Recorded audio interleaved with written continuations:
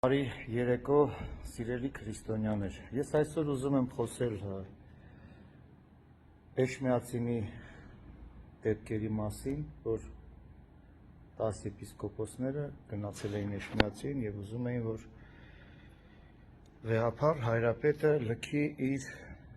կաթողիկոսական աթոռը։ Ես 7 տարի առաջ մասնակցել եմ Նոր Հայաստան Նոր Հայրապետ շարժմանը, եղել եմ Գնդեվանքի Խաչի քավորը 7 տարի և ես ինքս այն ժամանակ ուզեցել եմ, որ Գարեգին կաթողիկոսը լքի իր գահը, բայց 7 տարի շփվելով իրենց հետ, նախկին Գնդեվանքի վանահայր Հայր Գոյրունի, այսօրվա կարգալույծ Արմեն Առաքելյանի հետ, ես հասկացա, որ ինքս կի Գարեգին վեհափառի ոտի եղունգը չարժի և շատ անբարոյական, բառից բուն իմաստով, հոգևոր լեզվով ասած, նա պոռնիկ է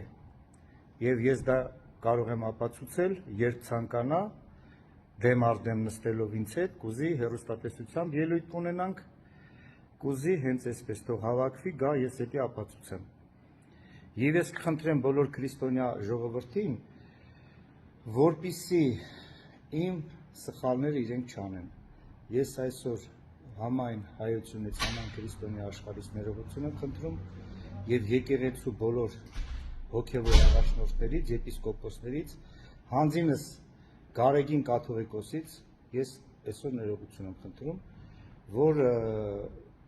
7 տարի առաջ մասնակցել եմ այդ պոռնիկների հետ